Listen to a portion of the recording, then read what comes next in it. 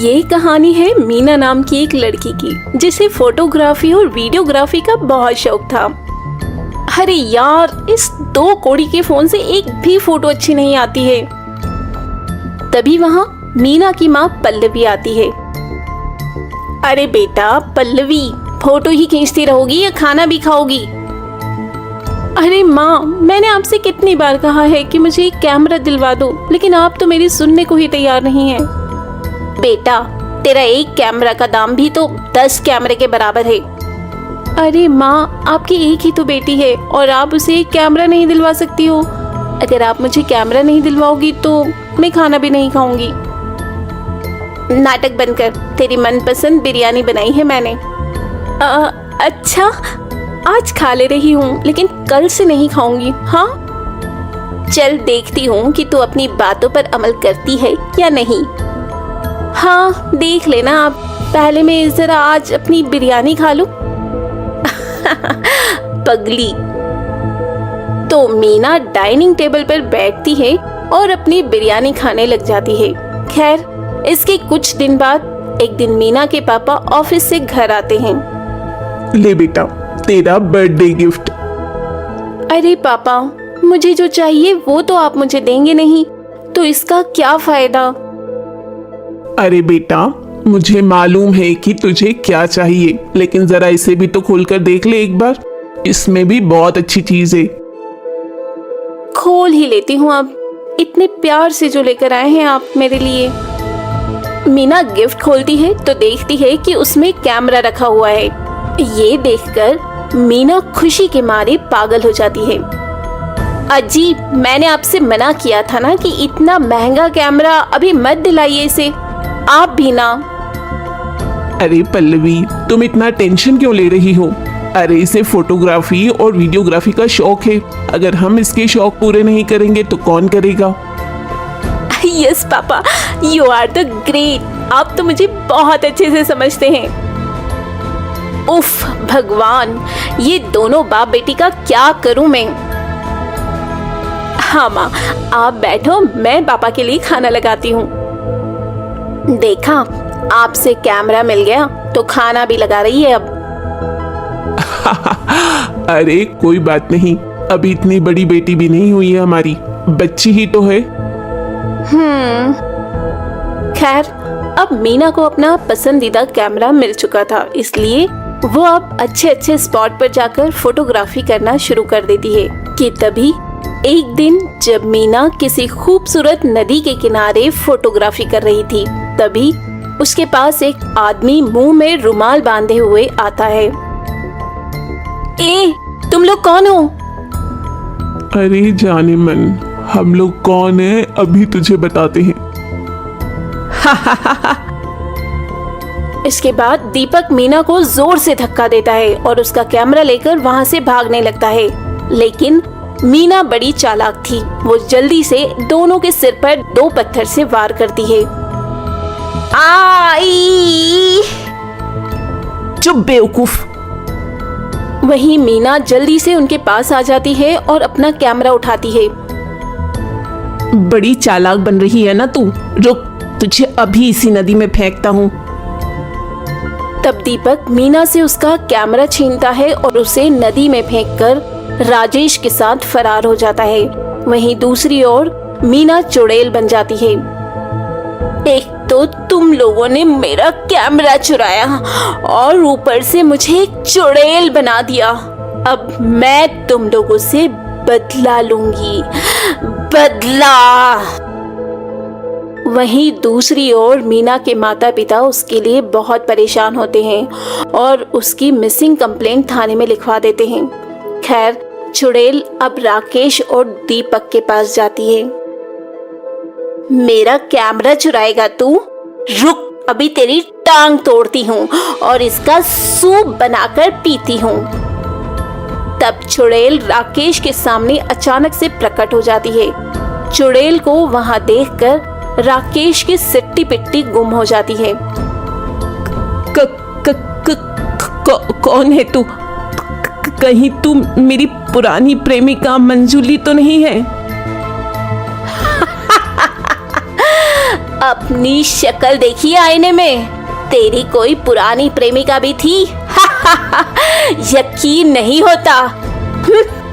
अच्छा, तू मेरा ध्यान भटकाने की कोशिश मत कर, वरना तुम कोई भी हो, मुझे माफ कर दो, मुझे जाने दो।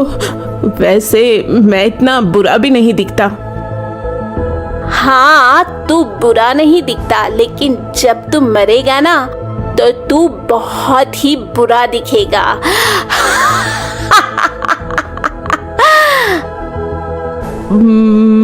मरेगा मतलब? हाँ, अगर तू मरेगा नहीं तो मैं तेरे हाथ और पैर का सूप बनाकर कैसे पीऊंगी रे? नहीं नहीं, ऐसा मत करना। एक तो मेरा कैमरा चुराता है और मुझे मारता भी है, और ऊपर से बोलता है कि तुझे ना मारूं। अच्छा, तो तू कैमरा वाली चुड़ैल है? हाँ। तब इसके बाद चुड़ैल राजेश के हाथ पैर तोड़ देती है और उसे मार डालती है। उसे मारने के बाद चुड़ैल वो कैमरा अपने हाथ में लेती है। रुक, ऐसे ही रहना, अब तेरी एक फोटो खींचती हूँ। और चुड़ैल अपने कैमरे से राजेश की लाश की फोटो खींचती है और बहुत खुश होती है। अगर मैं ना मरती ना तो बहुत अच्छी फोटोग्राफर बन जाती। वाह मीना, तेरी फोटोग्राफी का तो कोई जवाब नहीं। सोच रही हूँ अब से मैं बुरे लोगों को ऐसे ही मारूंगी और उनकी ऐसे ही तस्वीर लूंगी। इस काम में तो बड़ा मजा आने वाला है मीना। लेकिन दूसरा वाला आदमी कहाँ है? पहले तो उसे मारूंगी और सोच रही हूँ कि उसकी खोपड़ी का सूप बनाकर पीऊं।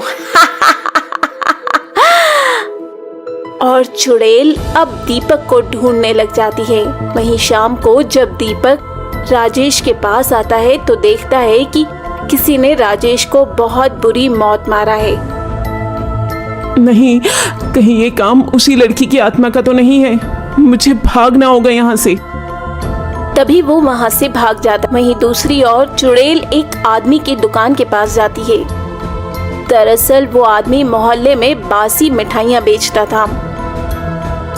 इस आदमी की वजह से मेरा बहुत बुरा वाला पेट खराब हो गया था। इसे तो मारना ही पड़ेगा। खैर, वो आदमी अपनी दुकान बंद करके घर के लिए निकलने लगता है कि थोड़ी दूर आगे बढ़ने पर एक सुनसान गली में उसे चुड़ैल मिल जाती है। चुड़ैल? वो भी कैमरे वाली? आजकल चुड़ैलों के पास भी कैमरा होता है क्या? और क्या, हम लोग मॉडर्न जमाने के चुड़ैल हैं। हमारे पास सब कुछ होता है। अच्छी बात है, अच्छी बात है। लेकिन तुम्हें मुझसे क्या काम है?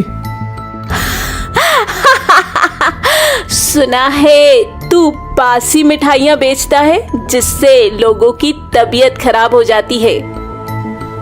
नहीं नहीं, ये किसने बोला? ये सब गलत है। मैं तो कॉलोनी में सबसे ताजी मिठाइयाँ बेचता हूँ।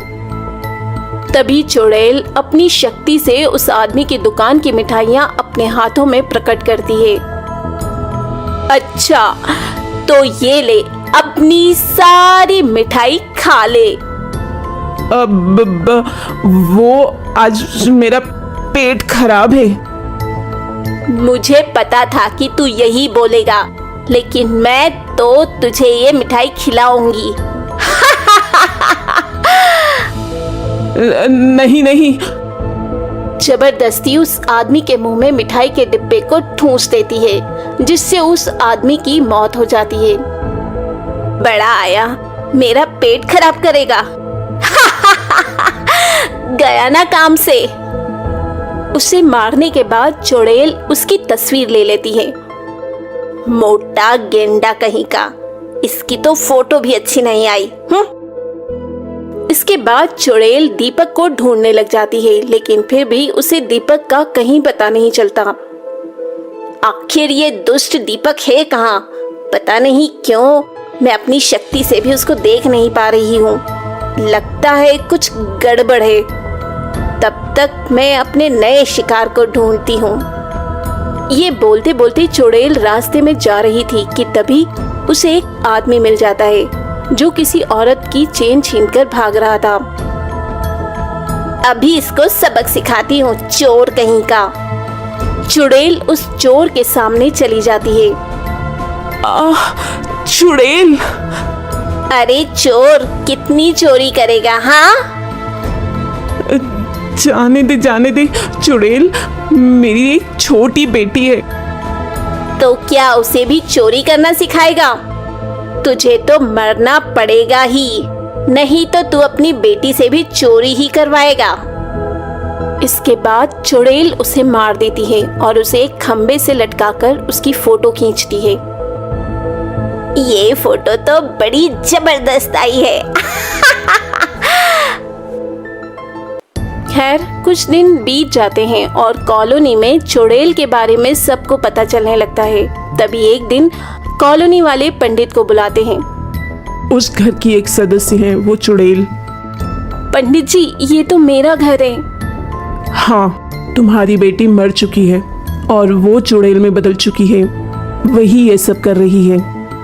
ये सुनकर मीना के माता पिता बहुत रोते हैं। रो मत बेटी, हमें उसकी आत्मा को मुक्ति दिलाना होगा। ठीक है पंडित जी, आप जो कहेंगे हम वही करेंगे। मीरा का एक खूनी है जो अभी तक पकड़ा नहीं गया है। हो सकता है कि उसके पकड़े जाने के बाद उसे मुक्ति मिल जाए। अच्छा पंडित जी। खैर, कुछ दिन बाद इंस्पेक्टर दीपक को पकड़ लेते हैं और उसे पकड़कर उसे हथकड़ियां लगाकर कॉलोनी में ले आते हैं, जहां आज कॉलोनी वाले पूजा करने वाले हैं। बेटा मीना, हमें पता है कि तुम्हारे साथ बहुत गलत हुआ है, लेकिन तुम बेवजह बेकसूरों को मत मारो। और ये देखो, दीपक पकड़ा गया है, हमारे सामने आओ। तभी चुड़ैल वहां पर प्रकट हो जाती है। वो लोग बेकसूर नहीं थे। माना कि वो लोग बेकसूर नहीं थे, लेकिन कानून को अपने हाथ में मत लो मीना। हाँ बेटा, अब तो दीपक भी पकड़ा गया है, ये सब मत कर बेटा। हाँ बेटा, तू तो हमारी प्यारी बिटिया थी ना, तो फिर क्यों नहीं करती है ऐसा। इस तरह सभी लोग उसे बहुत समझाते हैं। ठीक है माँ पापा, मैं अब से किसी को भी नहीं मारूंगी, लेकिन इस दीपक को भी नहीं छोड़ूंगी। अलविदा।